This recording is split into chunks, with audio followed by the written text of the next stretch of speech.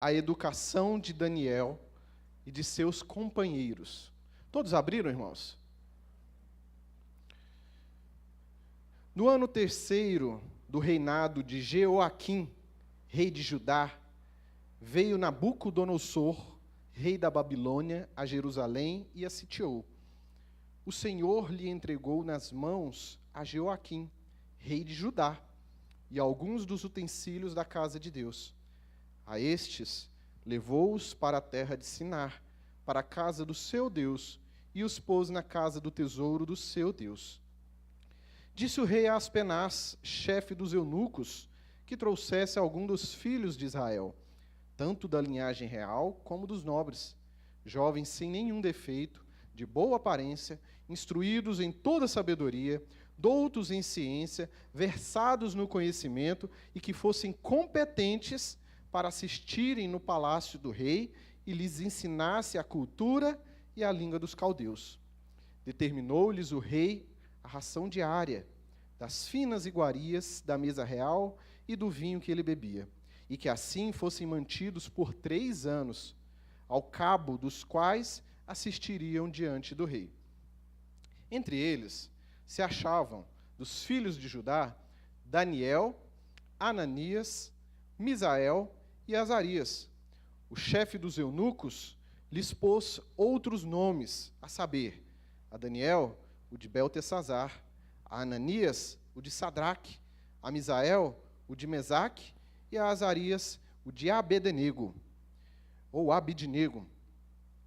Resolveu Daniel firmemente não contaminar-se com as finas iguarias do rei, nem com o vinho que ele bebia. Então, pediu ao chefe dos eunucos que lhe permitisse não contaminar-se. Senhor nosso Deus, nosso Pai, nós te pedimos, ó Deus, que o teu Espírito Santo ilumine os nossos corações para que possamos compreender a tua vontade já revelada nas Escrituras. Precisamos de ti, ó Deus, porque a compreensão do teu reino não vem pela força intelectual, mas vem a partir do momento que o Senhor revela a nós. Eu lhe peço que use-me como instrumento em tuas mãos para abençoar a tua igreja e também ser abençoado. É em nome de Jesus que eu peço. Amém. Queridos, o livro de Daniel, além de histórico, é também um livro escatológico, isto é, traz revelações acerca das últimas coisas. Porque escatologia é a doutrina das últimas coisas. E conhecido como o Apocalipse do Antigo Testamento, Daniel é composto de 12 capítulos. Os 6 primeiros capítulos são capítulos históricos, ou seja, contam fatos. Os outros 6 capítulos são capítulos proféticos, ou seja, conta algo que não estava na contemporaneidade de Daniel, mas algo que estava por acontecer. E Deus abriu a cortina da história para Daniel. Revelou coisas a Daniel, coisas maravilhosas, que ainda sequer aconteceram. Como, por exemplo, aquilo que está revelado lá no capítulo 12, versículo 2. Abra a tua Bíblia aí um pouquinho mais para frente, em Daniel. Vá lá no capítulo 12, versículo 2, e olha o que está escrito. Muitos dos que dormem no pó da terra ressuscitarão, uns para a vida eterna e outros para a vergonha e horror eterno. O texto aqui faz alusão ao julgamento eterno. Olha o que Deus revelou a Daniel. E é por isso que o livro de Daniel é conhecido como o Apocalipse do Antigo Testamento. Não vou me ater às profecias, mesmo porque são deveras complexas, mas isso não exime a que nós tenhamos discernimento para ler tais profecias, uma vez que sabemos que toda a Escritura é útil para o ensino, para a repreensão, para a correção e para a edificação. Vou me ater apenas ao capítulo 1. Em uma outra oportunidade, nós podemos até estudar as profecias de Daniel. Bom, os livros escatológicos, amados, eles não servem para trazer medo ao povo de Deus, trazer medo à sua igreja, mas pelo contrário, é para mostrar que Deus está no controle de todas as coisas. Deus tem a chave da história nas mãos. Ele é o princípio e Ele é o fim. Nada escapa ao seu controle. E é isso que o livro de Daniel mostra, logo no seu 1º capítulo. Mas eu vou fazer um breve apanhado histórico para os irmãos. Com a morte de Salomão, sob o governo de seu filho Roboão, Israel, que até então era constituído em um só reino, o reino de Israel, com o governo de Roboão, Israel foi dividido em 2. O reino do norte e o reino do sul. O reino do norte era composto por 10 tribos. Essas 10 tribos que compunham o reino do norte, em virtude de seu pecado, da sua obstinação, elas foram levadas cativas pelo povo assírio e nunca mais foram restauradas. Sobrou o reino do sul. Quem compunha o reino do sul? A tribo de Benjamim e a tribo de Judá. Essas 2 tribos, elas descendiam do trono de Davi, da dinastia davídica, ou seja, Davi, Salomão, Roboão e assim sucessivamente, tribo de Benjamim e de Judá. Bom, mas por que eu estou falando da tribo de Judá? É porque é essa tribo, é esse reino de Judá que está mencionado no texto. Olha lá, capítulo 1. No ano 3º do reinado de Jeoaquim, rei de Judá, veio Nabucodonosor, rei da Babilônia, Jerusalém, e a sitiou. Irmãos, e logo no 1º capítulo, resta claro que o Senhor Deus é soberano sobre todas as coisas, tanto sobre o seu povo, como sobre os adversários. Olha o versículo 2. O Senhor lhe entregou nas mãos a Jeoaquim. O texto diz que o rei de Judá, Jeoaquim, foi entregue nas mãos de Nabucodonosor. Não foi Nabucodonosor que o capturou. Antes foi o próprio Deus que usou para disciplinar o povo. Queridos, o povo de Israel, o povo de Judá, estava obstinado, estava desobedecendo a Deus. E foi em razão dessa obstinação e do pecado de Judá que Deus usou o próprio Nabucodonosor para disciplinar Judá. Ou seja, o rei foi instrumento nas mãos de Deus para dar uma correção a Judá.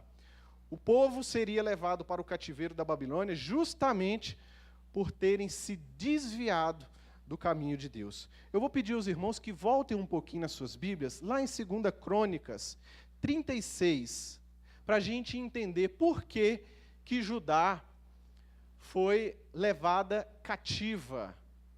Por que Deus disciplinou Judá? 2 Crônicas, capítulo 36. Versículo 13. Versículo 13, segunda parte. Olha o que está escrito. Mas endureceu a sua cerviz, e tanto obstinou no seu coração, que não voltou ao Senhor, Deus de Israel. Também todos os chefes dos sacerdotes e o povo, não apenas o rei, não apenas os chefes dos sacerdotes, mas também todo o povo, aumentavam mais e mais as transgressões, segundo todas as abominações dos gentios, e contaminaram a casa que o Senhor tinha santificado em Jerusalém. O Senhor, Deus de seus pais, começando de madrugada, falou-lhes por intermédio dos seus mensageiros, porque se compadecera do seu povo e da sua própria morada. Eles, porém, que faziam? Zombavam dos mensageiros, desprezavam as palavras de Deus e mofavam dos seus profetas, até que subiu a ira do Senhor contra o seu povo, e não houve remédio algum. Continuando, só mais um pouquinho, ao versículo 17. Por isso, o Senhor fez subir contra ele o rei dos caldeus. Quem é o rei dos caldeus? Nabucodonosor. É aqui que começa o capítulo 1 de Daniel.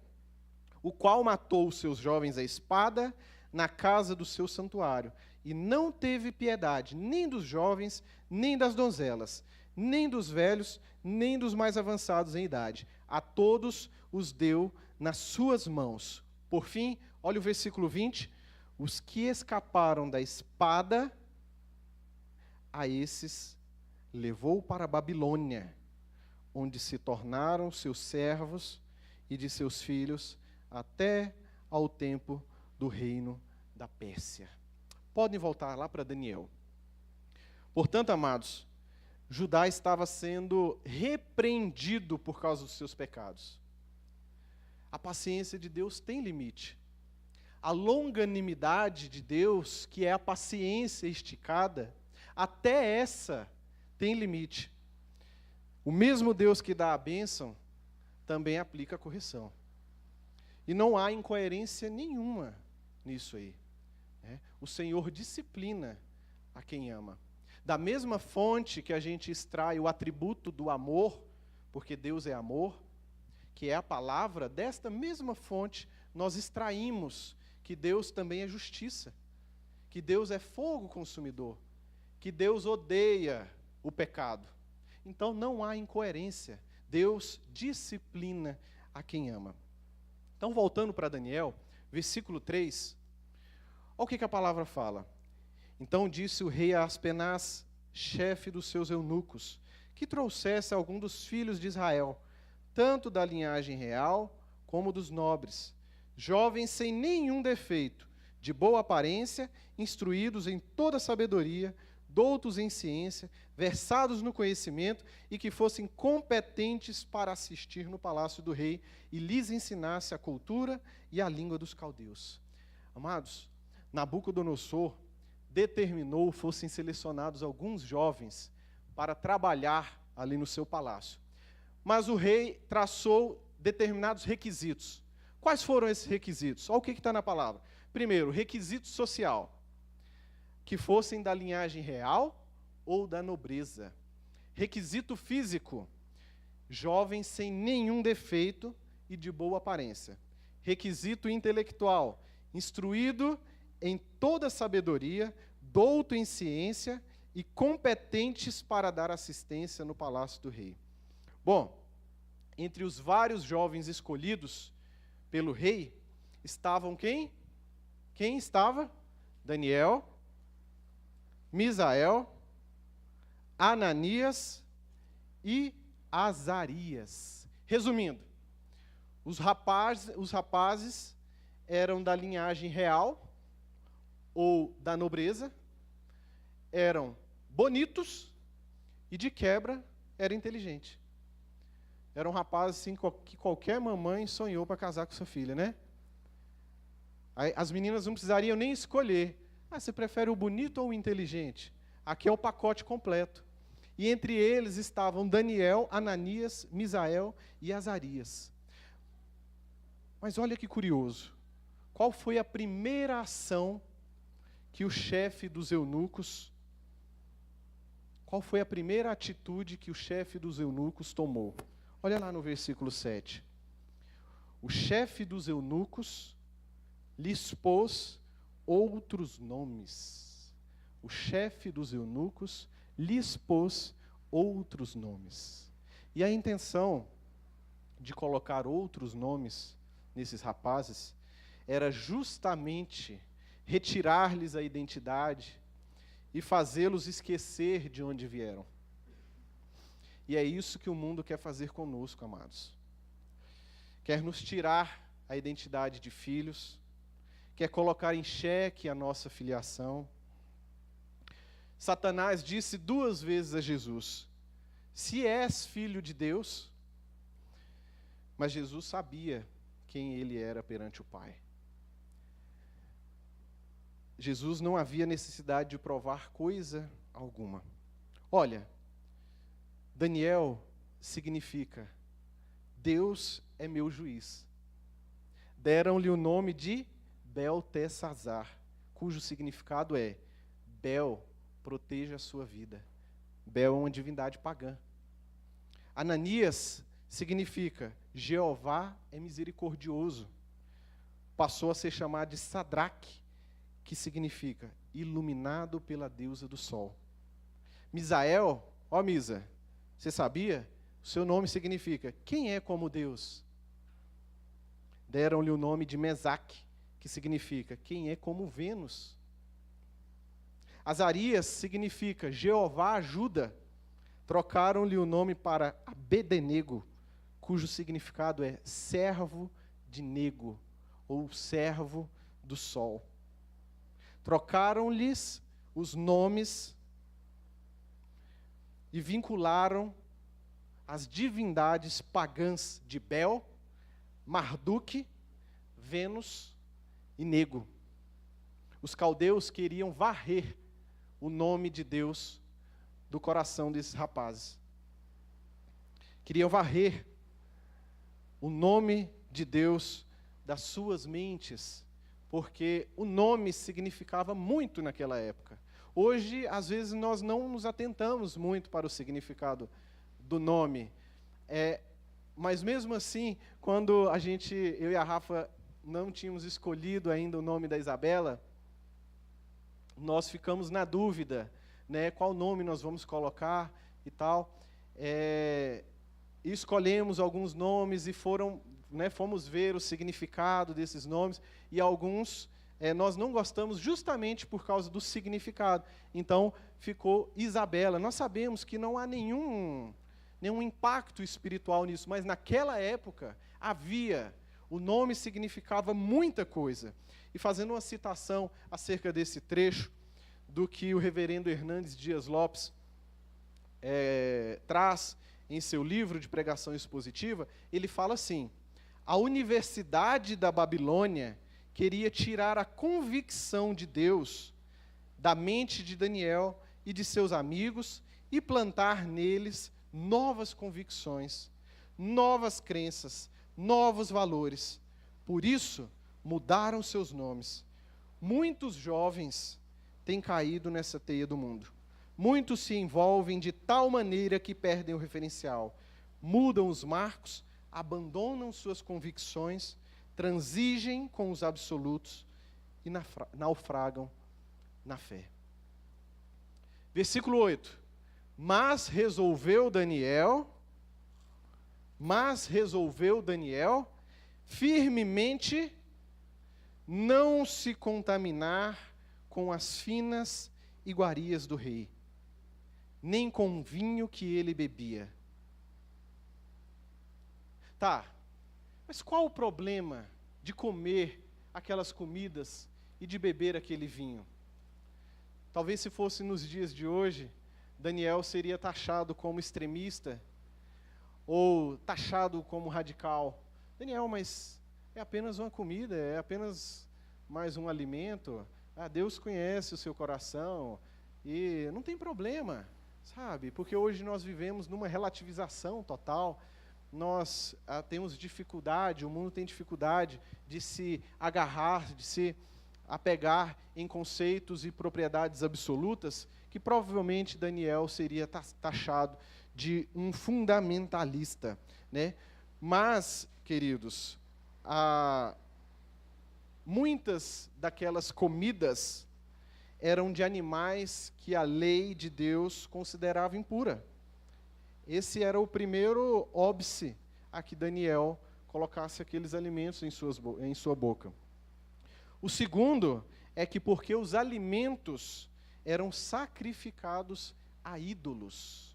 Geralmente, os banquetes da Babilônia se iniciavam com um culto pagão, com uma adoração a essas divindades. Então, participar desses banquetes era também adorar aquelas divindades. Mas Daniel resolveu firmemente não se contaminar com isso. Amados, os banquetes do mundo são atraentes, mas o mundo jaz no maligno. Aquele que ama o mundo, o amor do Pai não está nele. É por isso que o apóstolo Paulo, em sua carta aos Romanos, não precisem abrir, capítulo 12, versículo 1 e 2, diz: rogo-vos, pois, irmãos, pelas misericórdias de Deus, que apresenteis o vosso corpo por sacrifício vivo, santo e agradável a Deus, que é o vosso culto racional, e não vos conformeis com este século. Nós não podemos nos conformar com este século, mas transformai-vos pela renovação da vossa mente, para que experimenteis qual a boa, agradável e perfeita vontade de Deus. Nós não podemos entrar na forma deste mundo. Nós não podemos nos conformar com as aberrações que tomam conta deste século, porque o príncipe deste século é Satanás. Igreja, Daniel tinha tudo para ser um adolescente, um jovem, porque quando ele foi levado cativo para a Babilônia, ele era ainda jovem. Estima-se, alguns teólogos estimam que ele tinha 14 anos, mais ou menos. E ele tinha tudo para ser um adolescente, um jovem rebelde, um jovem depressivo, triste, saudosista, um jovem vingativo, porque ele foi tirado do seu seio familiar, foi privado do convívio com os amigos, tolheram os direitos de Daniel, os direitos mais basilares, que era o direito da religião. Não havia mais culto a Deus, não havia mais templo, não havia mais sacrifício, não havia mais comunhão. Então Daniel tinha tudo para se rebelar contra o sistema babilônico. Mas Daniel não foi influenciado. Daniel foi influenciador da sua época. Daniel foi, como diz hoje, um influencer, né? E esse princípio, amados, vale para nós hoje. Esse princípio não passou. A igreja, ou seja, eu e você, a igreja, o corpo de Cristo, que se congrega aqui na Igreja Presbiteriana do Cruzeiro Velho, nós somos chamados para influenciar o mundo, e não o contrário. E não o contrário. Então, eu encorajo os irmãos, é a nossa temática para 2019, exorto os irmãos que não transigam valores do reino, não negociem princípios, não flertem com o pecado, tomem posição. E decidiu Daniel, e resolveu Daniel firmemente. E a Bíblia tem exemplos maravilhosos de homens e de mulheres que se posicionaram e tiveram a bênção de Deus. Josué, por exemplo, falou o seguinte: vocês escolhem um Deus ou outro Deus, mas eu e minha casa serviremos ao Senhor. Josué tomou posição. Ruth também tomou posição. Ruth era moabita. Ruth não era da linhagem de Israel. E ela falou assim: Noemi, aonde fores, irei eu. Onde quer que pousares, ali pousarei eu. O teu povo é o meu povo. Noemi, o teu Deus é o meu Deus. queridos, nós devemos tomar posição. Tome posição pela santidade. Tome posição pelo amor. Tome posição pelos padrões estabelecidos por Deus. Não vos conformeis com este século. O seu padrão de santidade não é a sua família. O seu padrão de santidade não é o pastor, não são os presbíteros. O seu padrão de santidade é Jesus Cristo de Nazaré. Jesus Cristo de Nazaré.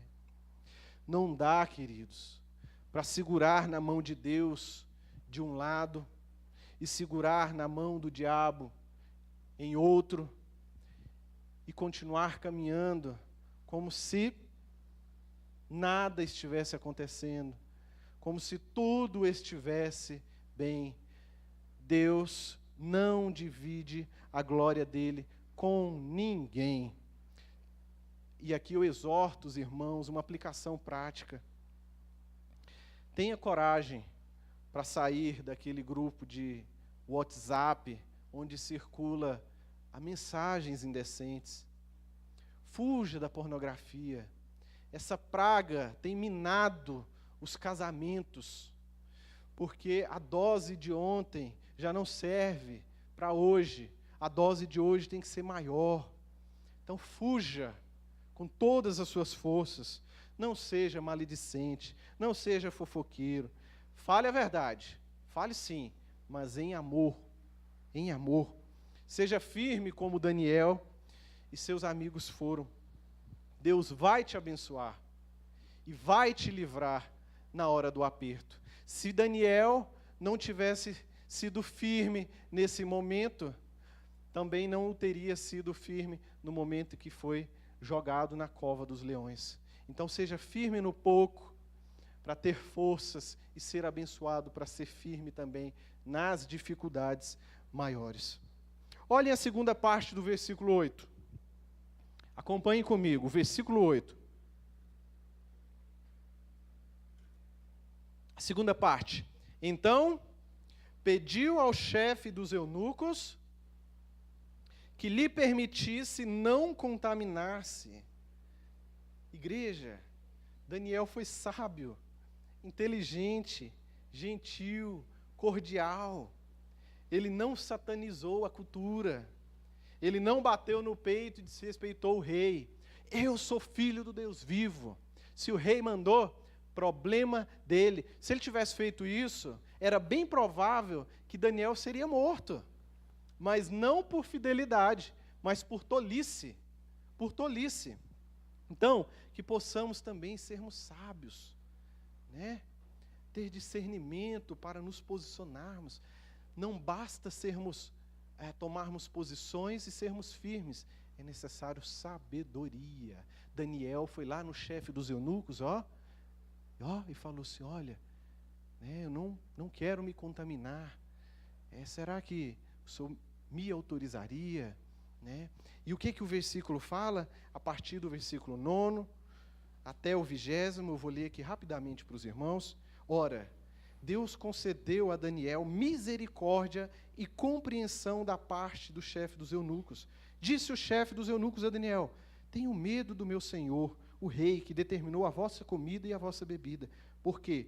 Por que, pois, veria ele o vosso rosto mais abatido do que os outros jovens da vossa idade? Assim, poríeis em perigo a minha cabeça para com o rei. Então disse Daniel ao cozinheiro-chefe, a quem o chefe dos eunucos havia encarregado de cuidar, de Daniel, Ananias, Misael e Azarias. Experimenta, peço-te, os teus servos 10 dias, e que se nos deem legumes a comer e água a beber. Então, se veja diante de ti a nossa aparência e a dos jovens que comem das finas iguarias do rei. E segundo vires, age com os teus servos. Ele atendeu e os experimentou 10 dias. No fim dos 10 dias, a sua aparência era melhor. Estavam eles mais robustos do que todos os jovens que comiam das finas iguarias do rei. Com isto, o cozinheiro-chefe tirou deles as finas iguarias e o vinho que deviam beber e lhe dava legumes. Continuando. Ora, a estes 4 jovens Deus deu o conhecimento e a inteligência em toda cultura e sabedoria, mas a Daniel deu inteligência de todas as visões e sonhos.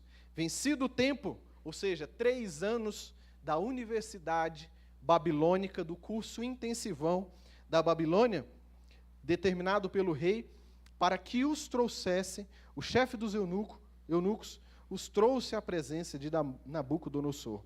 Então o rei falou com eles, e entre todos não foram achados outros como Daniel, Ananias, Misael e Azarias. Por isso passaram a assistir diante do rei. Em toda a matéria de sabedoria e de inteligência sobre que o rei lhes fez perguntas, os achou 10 vezes mais doutos do que todos os magos e encantadores que haviam em todo o seu reino. Queridos, o nosso Deus é um Deus que recompensa, é um Deus galardoador, e eu peço que os irmãos abram as suas Bíblias, lá em Hebreus 11:6, é o último versículo que leremos, ou melhor, o penúltimo. E Deus recompensou aqueles jovens. Hebreus 11:6, olha o que a palavra fala, que maravilha.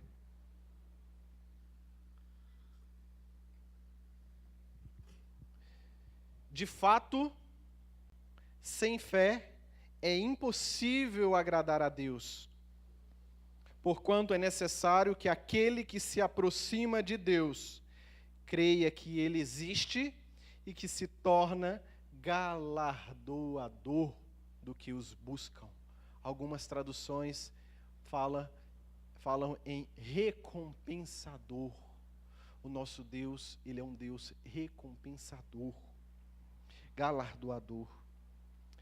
A graça presente, amados, e a graça futura de Deus, o que Deus nos promete, a vida em abundância, a paz que excede todo o entendimento, a salvação em Cristo Jesus, o perdão de pecados, a plena comunhão, a vida eterna no céu, é muito melhor do que os prazeres enganosos e temporários do pecado.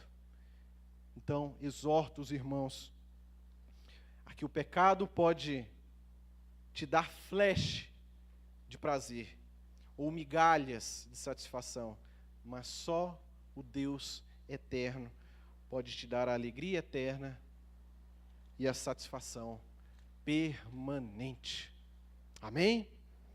E por fim, o versículo 21 de Daniel, se vocês quiserem voltar lá para Daniel,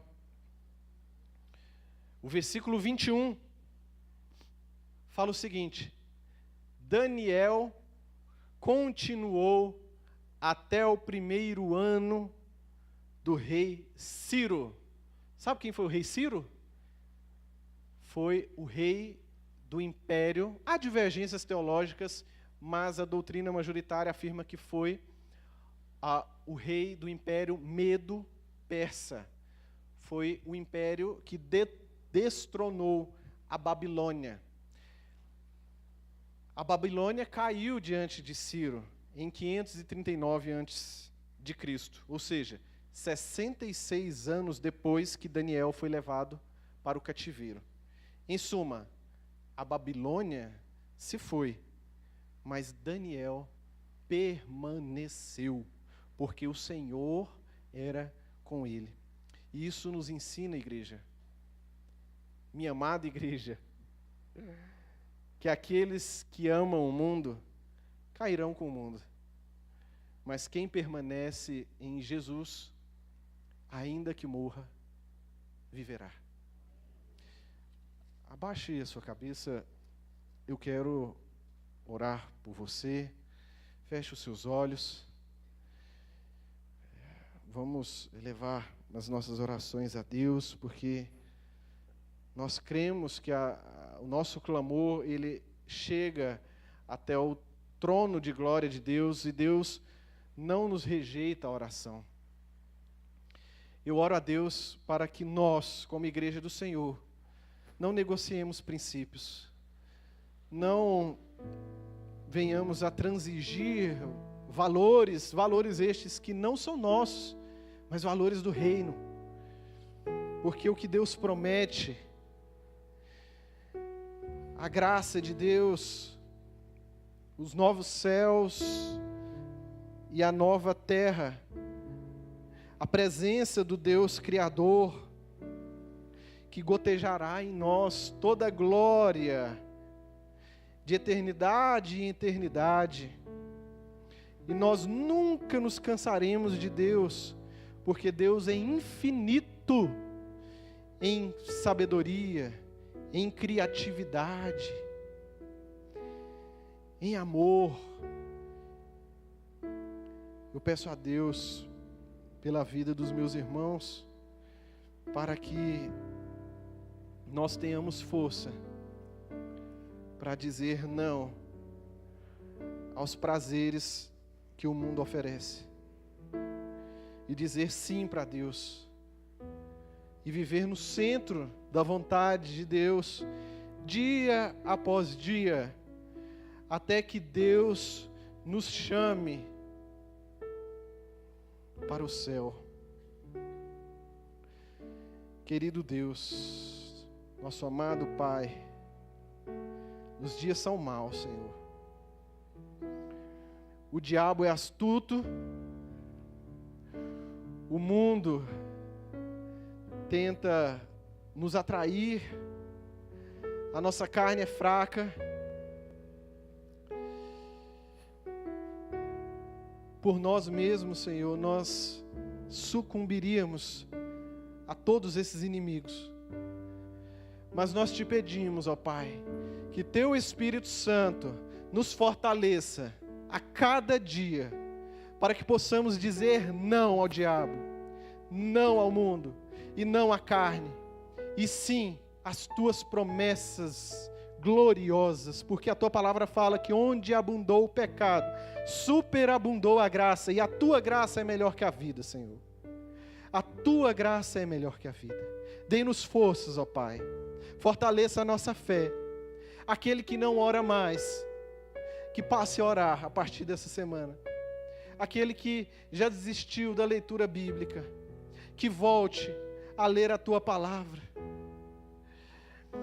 Aos pais, aos maridos que não pastoreiam mais as suas famílias, eu lhe rogo, Senhor, que o Senhor dê força e compreensão acerca da masculinidade bíblica para os homens, porque o homem é o sacerdote do seu lar.